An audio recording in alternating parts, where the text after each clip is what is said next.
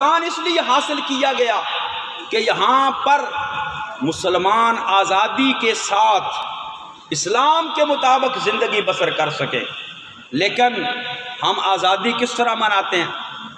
हमारी नौजवान नस्ल जो है वो आज़ादी किस तरह मनाती है?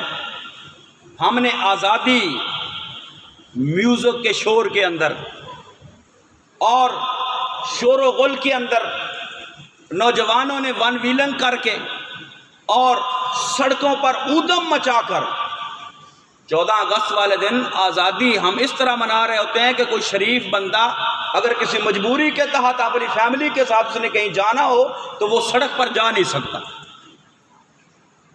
हमने इसका नाम आज़ादी रख दिया है।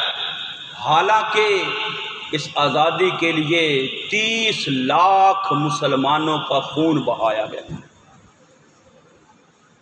30 लाख मुसलमानों का खून बहाया गया।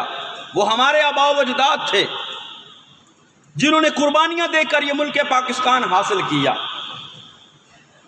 अगर हमारा बाप दादा फौत हुआ हो और उसका सालाना ख़त्म हो बरसी वाले दिन, तो हम क्या करते हैं?